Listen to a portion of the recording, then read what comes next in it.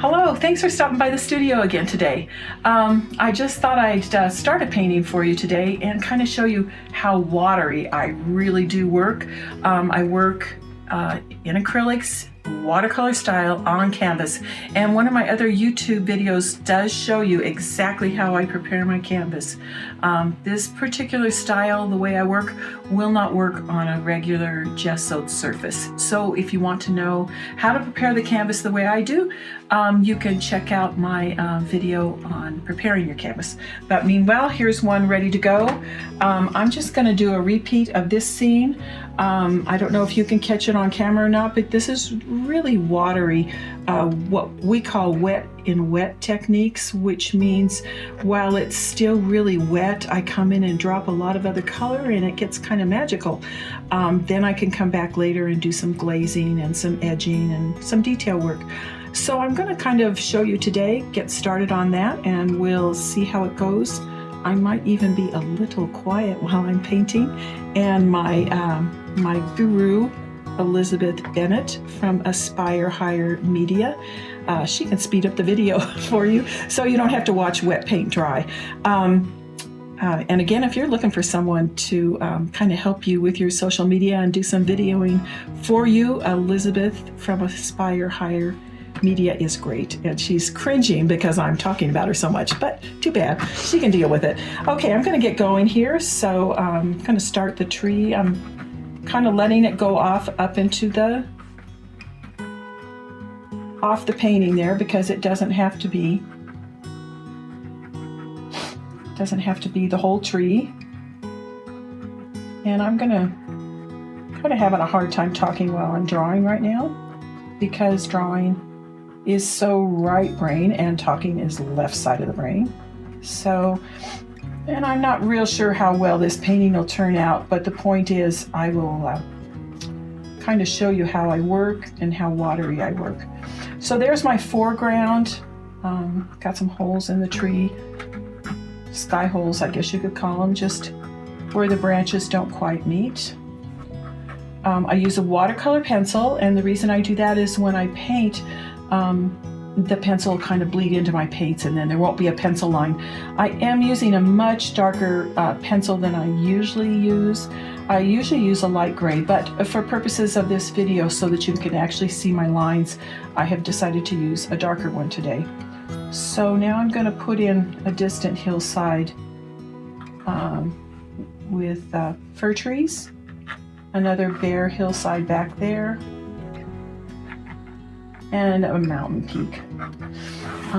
So when I go to paint, and I have my palette all ready to go here, I'm gonna move things aside a little bit. When I go to paint, I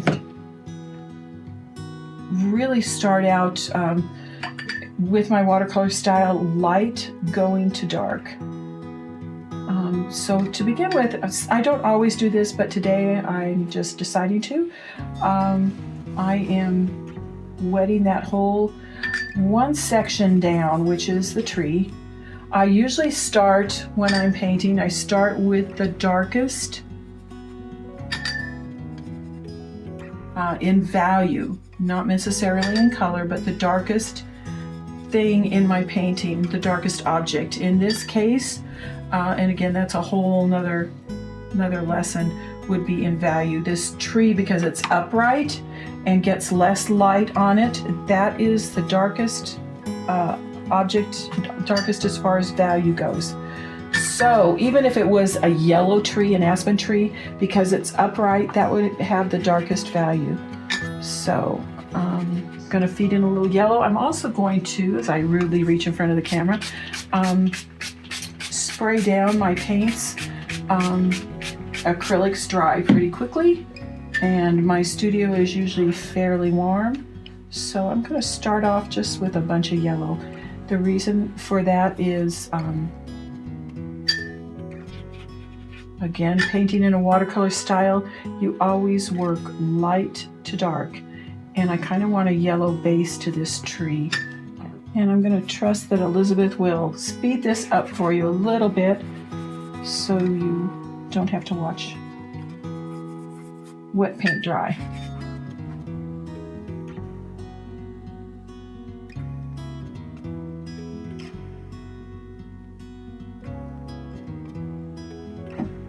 Okay, I've got my yellow base down. Now I'm going to go straight to deep. I'm going to assume the light in this painting is coming from this side of the tree, so this obviously is going to be the darker side. I'm doing a negative space kind of, or an empty space where my grasses will be, because I do work in a watercolor style. I won't be able to, if I were to paint the tree all the way down, I wouldn't be able to go over and put my grasses in. So I have to already have that pre-planned out where those grasses are going to be.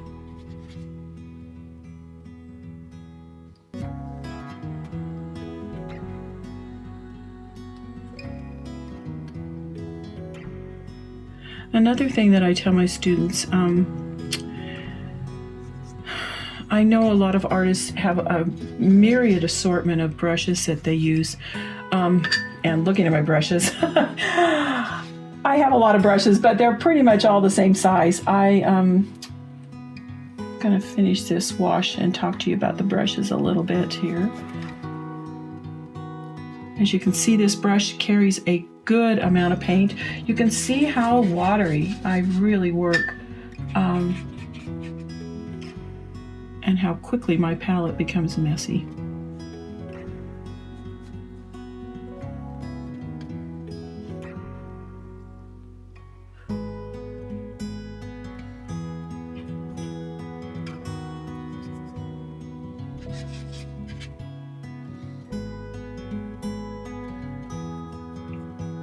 Okay. That is really wet, and I have a few minutes to fuss with it while it's still wet. This is called wet and wet technique. This is really wet. I'm coming back in and I'm dropping in a bunch of other color, kind of letting it do its own thing.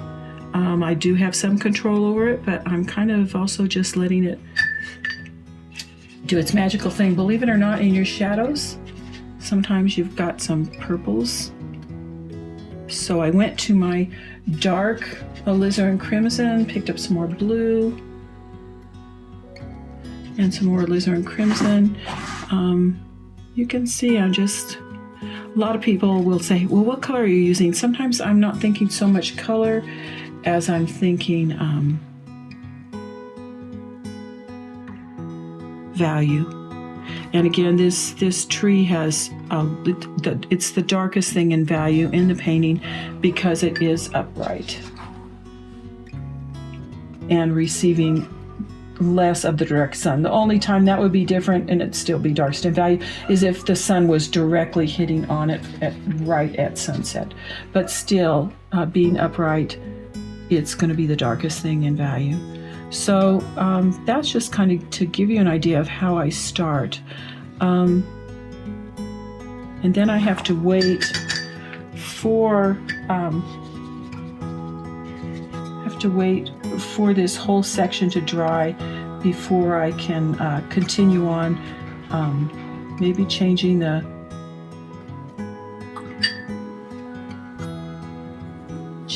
tone, warming it up, or otherwise. Well, as you can see now, I'm starting to get kind of some variations in the color. Not sure why paints decide to travel one way or the other sometimes, but they just do.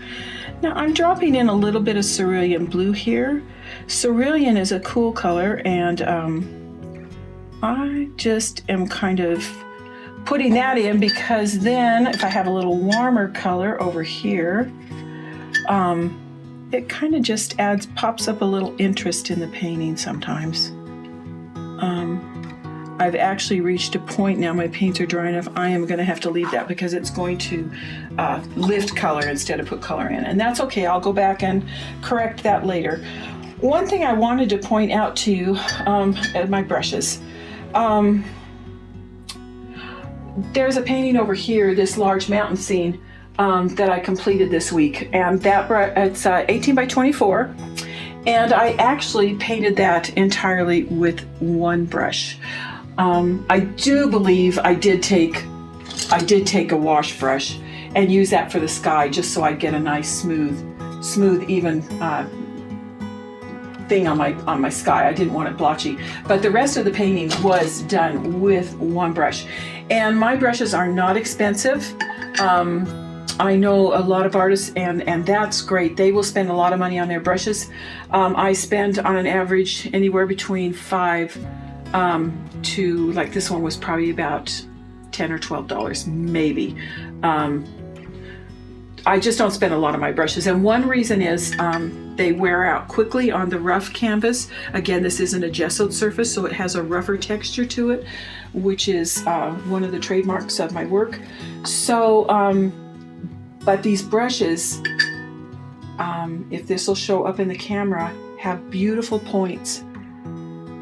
At the same time, they will also load up with a lot of paint. They'll carry a good load of paint so I can do a large area, but still have a good point for the detail. So in other words, right now I can pull out, if I want to, just a little bit more detail on the edge here of my fir tree. And you can see how that point is just amazing. And again, these are just synthetic bristles.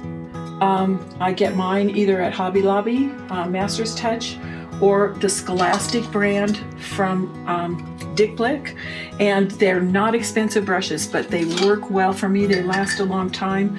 I kind of do have a graveyard here of brushes. I have a lot that are in really, really good shape, some that are kind of mediocre, some I use for my students, and then some I pass on to the local elementary school when I'm done. So for me, I don't spend a lot on my brushes.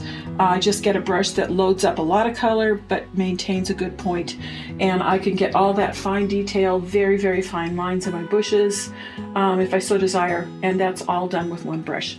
Just my tip on brushes. So now I'm going to come back here.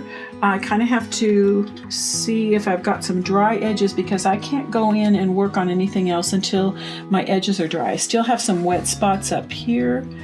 And I'm gonna tip my canvas up a little and let my paints kind of run around a little there.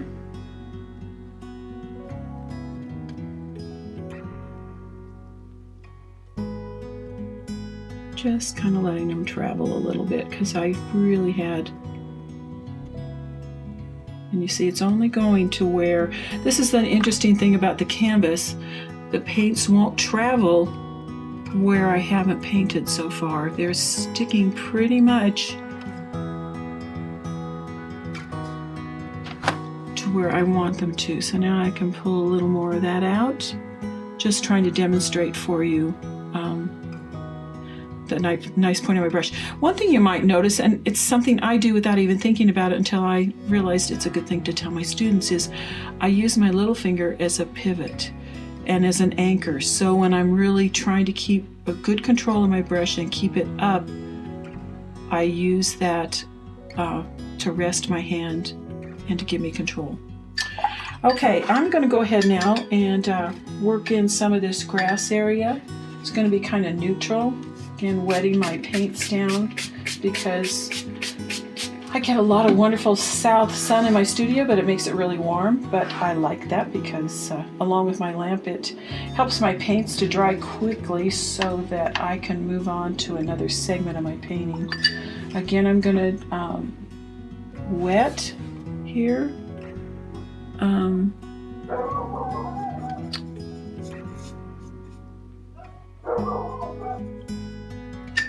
My dog's having a conniption fit outside, which I'm sure you can hear, but oh well.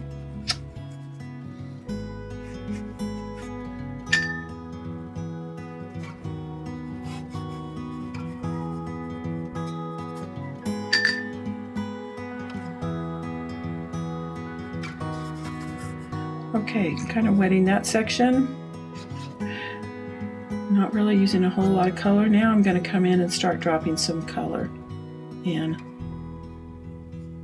Gone around a rock here.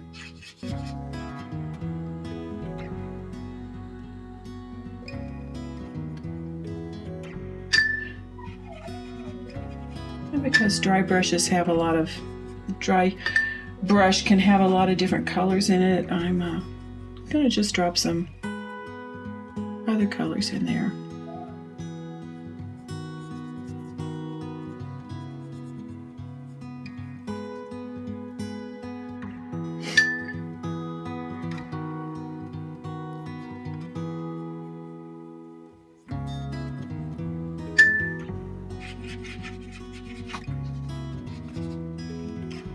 Sometimes people ask me why I choose a particular color, and again, a lot of times all I'm thinking about is the value, not so much the color. I mean, obviously I'm thinking of dry brush and grasses and thinking of that as I'm working, but also thinking of the value.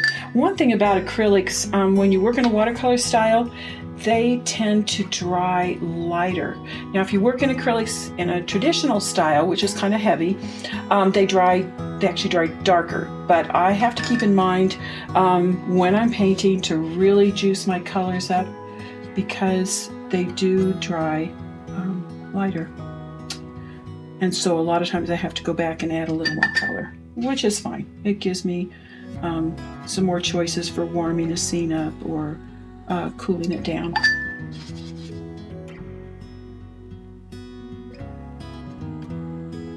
Carefully edging around that rock that I have there. I'm going to kind of work up. You can see how with this canvas I can edge right up into against that tree. That's the one kind of fun thing about working in this particular style on this canvas, because it's not a slick surface.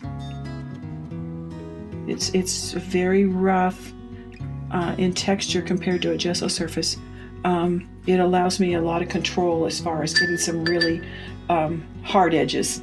And again, because I'm working in acrylic, even if I went over that a little bit, I don't need to worry about it running again. It's permanent when it dries, and that is both a curse and a blessing when you're working in this style. So there we go. I've shown you how at least I get started on a painting, and I'll continue on in another segment. Hey, thanks a lot for stopping by today, and thanks a lot, Elizabeth.